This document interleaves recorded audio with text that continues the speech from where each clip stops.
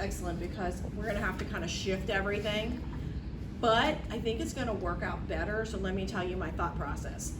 If we do the next 3 tomorrow, right, finish up, Yeah. we still have to go over it with them.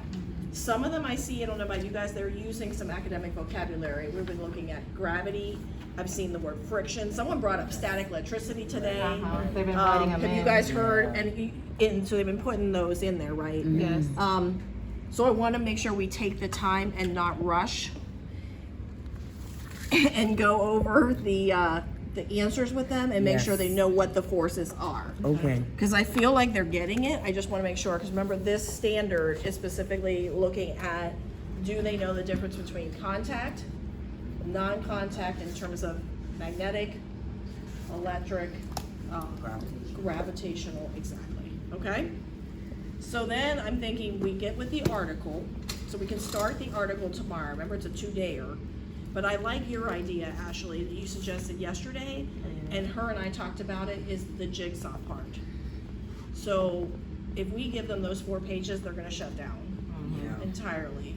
So tell me a little bit, can you kind of explain again what you? I'm gonna take the actual article and we'll cut it up into That's it. sections. I think also having them work at their lab tables to give them space to highlight Yep. and text mark.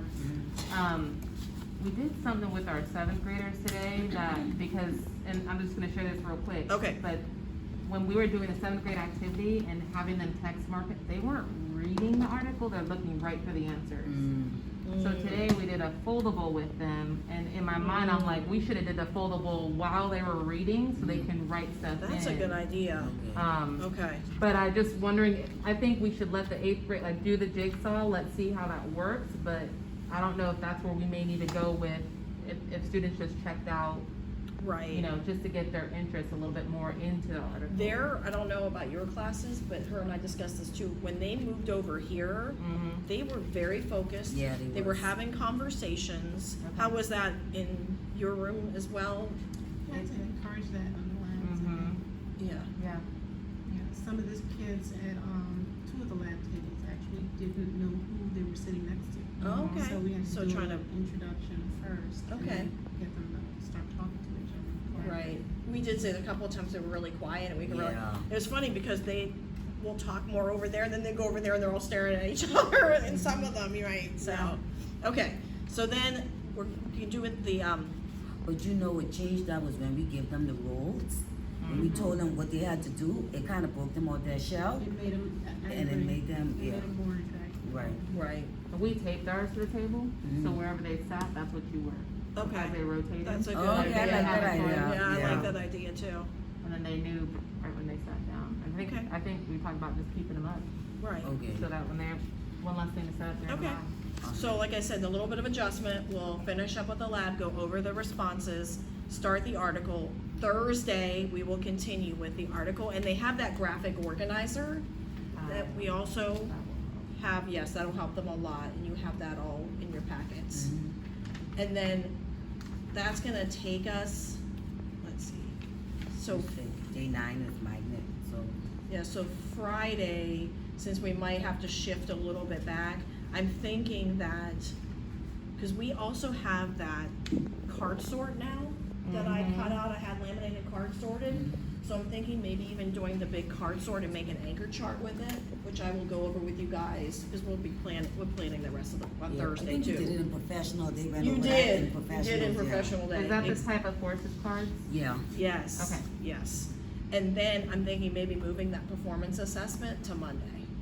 Yeah. You want to give them The a one little with the, weekend?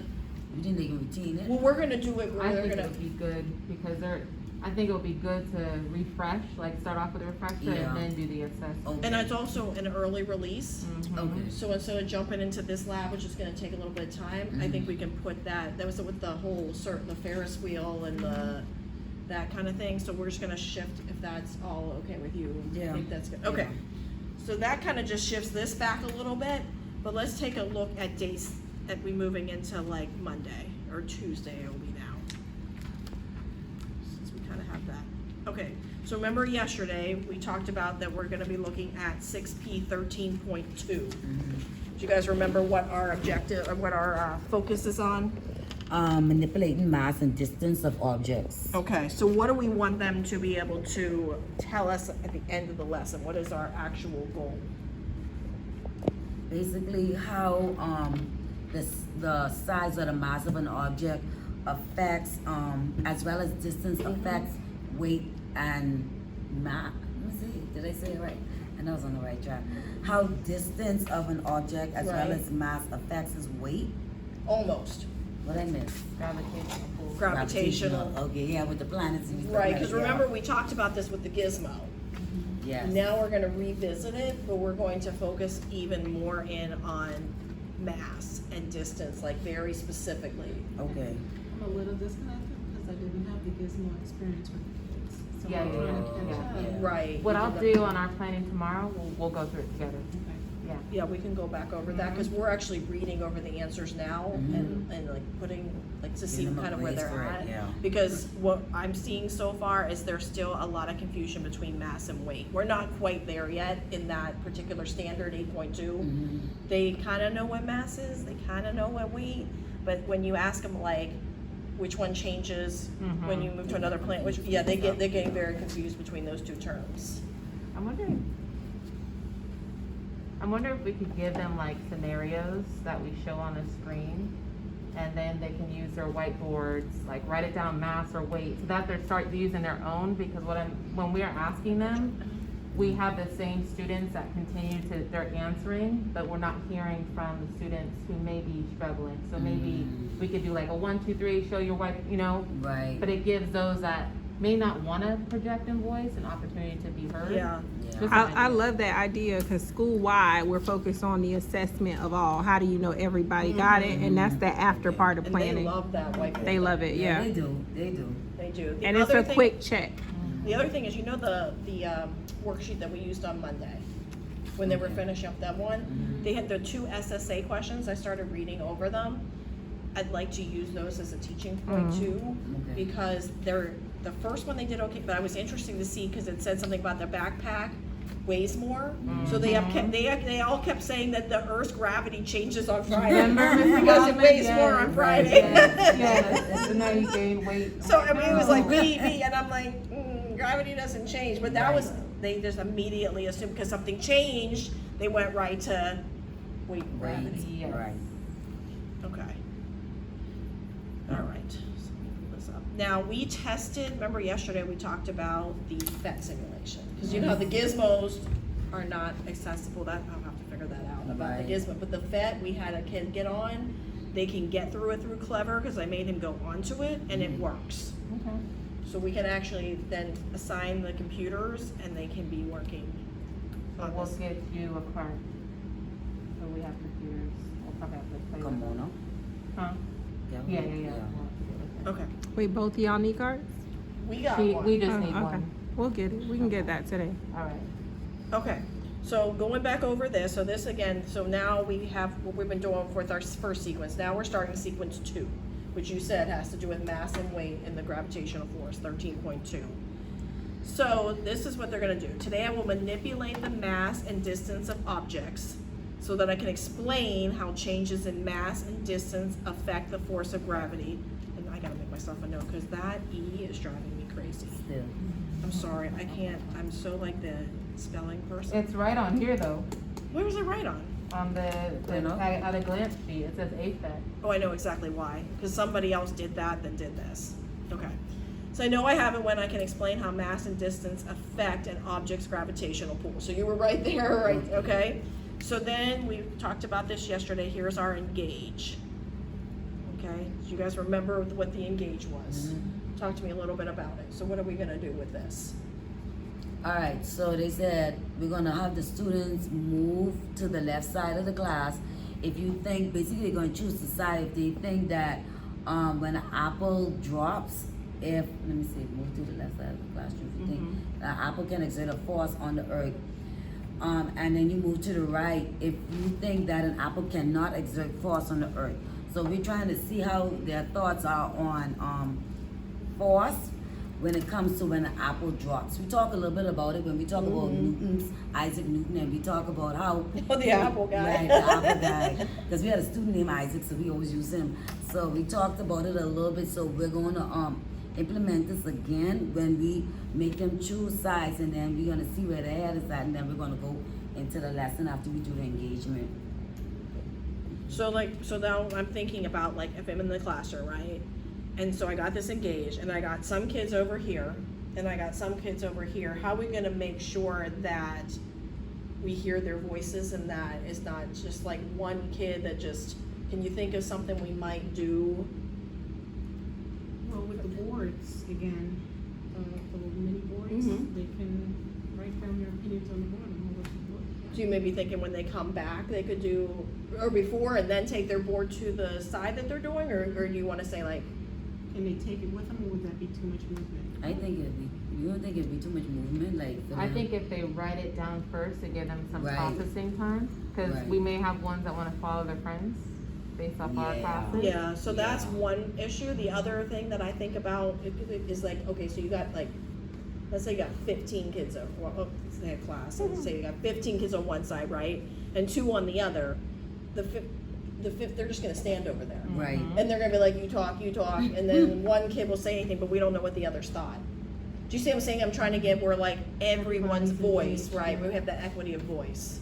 So I like your idea. So when we put here, we're gonna go to this one, how will you spark student interest and how will you create conditions for student conversation? Let's write that in here. They're gonna do the whiteboards. So right down here, I'm gonna go with the engaged. So Okay. we're gonna do the whiteboards, and that will eliminate them following their friends, and it's gonna hold them accountable to come up with an answer. So when they get over there, they have something they can actually talk about, and someone can share out, and we can still kind of see what they think Okay. without them just going there, and we really don't know why. Okay. So we'll put their whiteboard for the engaged question, the apple. I think that's the biggest thing for our groups. Is Or giving can we just have them time. put their heads down and then put your hands up if you believe? So that we won't see who actually, they won't be able to see who actually put their hands up. So they'll have their own opinion rather than using someone else's.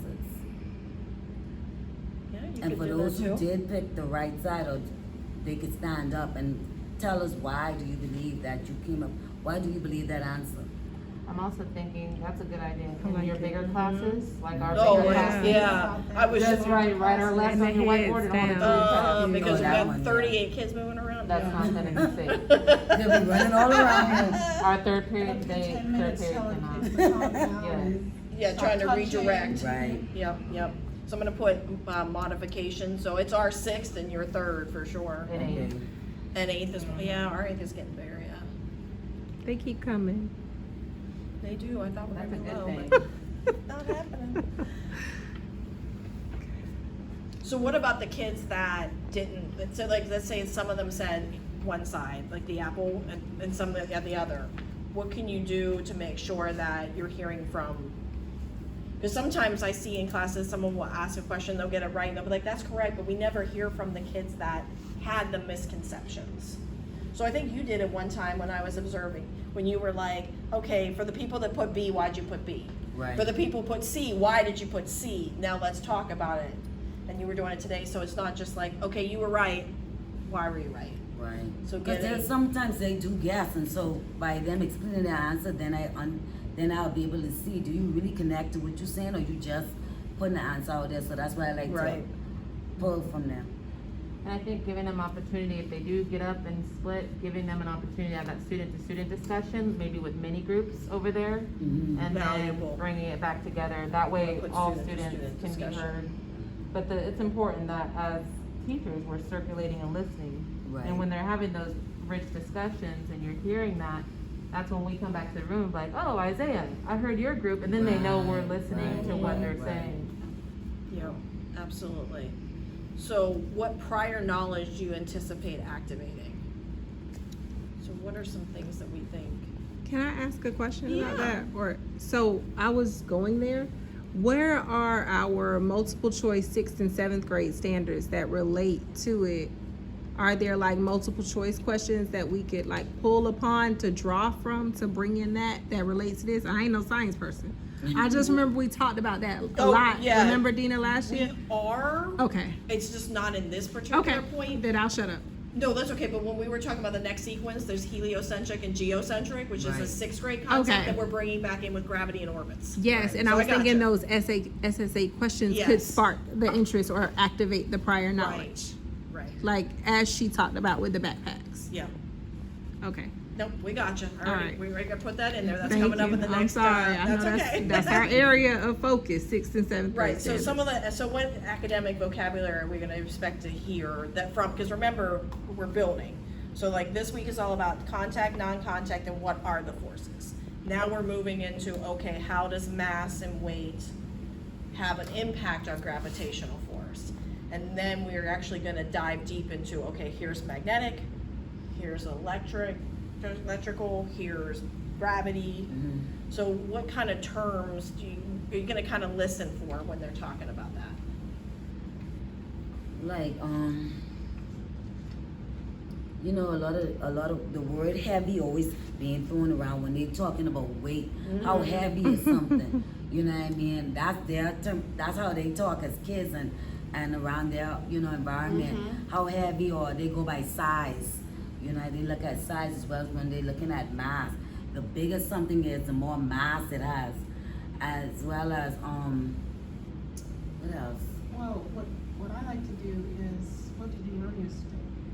Ask that simple question and then have that discussion. Okay, awesome. Well, we're gonna build on that today. Right. And this is what we're gonna do next. So To bringing grow their back, knowledge. So on that, right. Recap what they did the prior lesson, Mm-hmm. and then build on that lesson. Excellent. 'Cause So, real quick, when you're doing that, you just brought up bigger or Right. heavier Right. is weight, right? Right. So as you're going around to determine, like when you're listening in, like Mhm. being very intentional about what you're listening for to hear when you bring back around, so you can ensure student conversation is like at that instructional depth, but also that bigger piece, like you have a huge box of feathers Right. versus a huge box of, or versus a small thing of lead. There's a complete difference between the weight, right? But your gravity, which I think you say gravity changes on Friday, like your gravity is a constant. Right. And I think you'll get to that in weight versus mass, but Mhm. like them understanding that weight is the inclusion of the gravity with the mass. So they have to really isolate Right. what mass is Mhm. and differentiate the different, like what mass is. Correct. That's a key piece. I love the use of vocabulary word. I think we should stick to that strategy because it doesn't allow them to opt out. Okay. Whereas if we ask them what they learned yesterday, what if they weren't here? What if they're Right. not? So if we keep that as our strategy to spark their interest, that we go with the word that we know, or we build upon what we hear them using to move into the deeper vocabulary, I think that that's a strategy doesn't allow anybody to sit the bench. And you can even integrate the two, right? Mhm. Like, give me some vocab words from a previous lesson Love it. that you think tie into this, or something like that, right? Because there does need to be the future connection and the past connection to it. But the vocab is going to be essential, especially with this, because there's a lot of confusion between weight and Yes. mass. Yeah. There's a lot of Mhm. confusion, especially eventually when you get to different types of forces and friction and different types of frictions. So, like being specific on what each is is going to be key. Okay. And knowing our kids, was this covered in 7th grade science? No. No, No, 6th grade? I don't know I if mean, they they may touched like, it. Okay. Yeah, I don't know. I mean, and again, I'm That's brand great. new No, to yeah, best yeah, standards, no. but like typically weight, mass, forces, motion, that's all an 8th grade concept. Okay, Right. perfect. They They might have done may- it a little in 5th, I was gonna say they may have talked about maybe some movement Well, that's Yeah. in great, previous grade because levels. we don't have to worry about. but not to the this, basics. not to this depth. But it's Okay. important to understand movement and what they've talked about previously to have the context of that. But yeah, this is a newer concept. We did talk about it a little bit. I remember when we talked about kinetic, In seventh grade. Energy. yeah. versus potential. Yeah. Yeah, but you probably, unless it was a higher group, you probably didn't go into the depth of. No, we didn't. Cause that was We the did meat of the basic, standard. Right, of how weight, mass affects kinetic versus Yes. potential. No. Yes, right. yes. It was just like one moves, one's energy of movement and, or like, in position, like it's, they still versus. a Correct. group. Right, exactly. Very basic, Right. right? But again, gravity works in to motion, Right. to energy, right? Right. So that's another constant that's always gonna come back up. Okay. Yeah. But yeah, they're having, but it's interesting to see when they're, because they're doing one of their stations, what you guys saw that middle mini lab with the ball that's crumpled up Yep. versus the one, The paper. and, because they're just exploring today, right? So it's an inquiry thing. Yeah, So that's they're awesome. dropping it, right? And they're just like, they get it's gravity, but Right. they really don't understand why there's a difference. And you hear I heard one kid say wind. Do you Right. remember you talking a little bit about wind? Mhm. But it doesn't really get into the whole air resistance piece. So, So I was or the gonna- gravity is constant. And I was gonna They say, just not- think it changes. Right, not to go off too far, but like, in something like that, gravity being a constant, you have air resistance, but also talking about density. Correct. And density's effect on And that that's as what you well. were talking about with the box. But yeah, exactly. And Mhm. all of these are things that just like you want to be cognizant of when you're hearing things. You can pick up on key indicators, Mhm. right? Like if you hear density, or if you hear gravity, or if you hear different things, and you can keep it in the back of your mind or jot it down. But like having those indicators when you're listening to conversations to them further Right. that student discussion. Okay. And the one mini lab with the sandpaper, they're again moving something Smooth. across the smooth surface and moving the sandpaper. A few kids were using the term friction, writing it down in that last Yep. column. Yep. And I heard one kid goes, "What's that?" Mm-hmm. So they're having that conversation too. But yeah, that one, I definitely want to put that one back up about the gravity changes on Friday. That was my favorite. All right, so I think we just actually answered the next one with the vocabulary. Okay. So I'm just gonna put down what we talked about. All right. And what scaffolding strategies will you use? We actually are we're scaffolding as we go along Yeah. each time, because we keep going back. And I like your part, like where you kind of have them talk about what vocabulary can I now connect. From previous. Yeah. Making those connections is key, because they don't make them on their own. You know, we have to lead them to make those Yeah, connections. yeah. And I'll be very interested to see if they make some connections back to the gizmo. They have been. I think that was a great way to start, because I think a lot of ours are visual as far as they needed to see it, because the spring scale and the balance scale, I mean, that helped before they even got Well, to. that's funny, because they came in, are we using that spring thingy, the spring scale thing today? But it's cool when they're picking it up and they know it. They now know it's a spring Spring scale, scale, and yeah. now they know what it does. And Right. then they're talking newtons. I'm like, wow, you know, Yeah. we did something. So Right, so that's why sometimes I don't like to, what's the word, I don't like to, like pre-teach too much vocabulary or kind of, but front load is the science term. But I think sometimes they need to have a basic, because otherwise we've been spending so much time. Nobody asked about the spring scale. They all knew, Knew what like it with the was, newtons in the yeah. pool, yeah. So I was impressed with that, Yep. based on that. All right, so let's actually get into the fun PhET simulation. Okay, so it's the gravity force lab. Be cautious, like I said, that you don't use the gravity force lab basics like I did. Because I didn't read and I went to gravity force lab basic, I'm like nothing looks the same. So make sure it's gravity force lab. And definitely, we're gonna look at this again, but I would strongly recommend that you take another second look at this before Tuesday and play around with it on your own. You guys have PhET up there? You I guys love- been using yeah, PhET? Okay, cool, so- okay, Yes. okay, That we used that previously. Okay. We've still used it, but okay. we're on to like FOSS Next Gen. I've heard of that, but we haven't really, tell me more about that. Okay. Little less outdated. Okay. What you say? That's it. I think we're a little outdated sometimes. Okay, so what I'm gonna have you do is pull this. We're gonna keep this near us because we're gonna kind of talk about what this is gonna look like. But then I gave you the actual lab. That's the mini lab we was working on today. Nope, you're gonna find, This one here? yep, you're gonna have the gravity and forces lab. And then I also printed out the, answer key. So if you wanna keep both of those. You have them too, Ash? Mm-hmm. So I'm just gonna kind of put them next to each other. Cause this is actually, can get a little confusing, so we gotta make sure we know what we're doing, so we can help out. So you got the answers and you got the blank. You have it over there?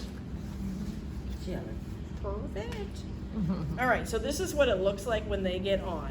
So it tells them to go to the gravity force lab. The screen should look like this, right? So, if it doesn't, it's here. So the first thing they gotta do is they're gonna get familiar with the simulation because, like, I had to play around. You can move the little guys back and forth, and you can move this back and forth. So it's like creating the distance between them. That's what's simulating the distance.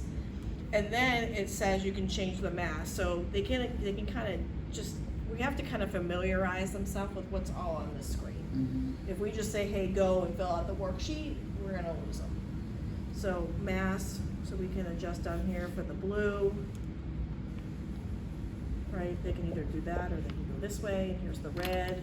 So see, we're adjusting the mass, as well as this way we're adjusting the distance.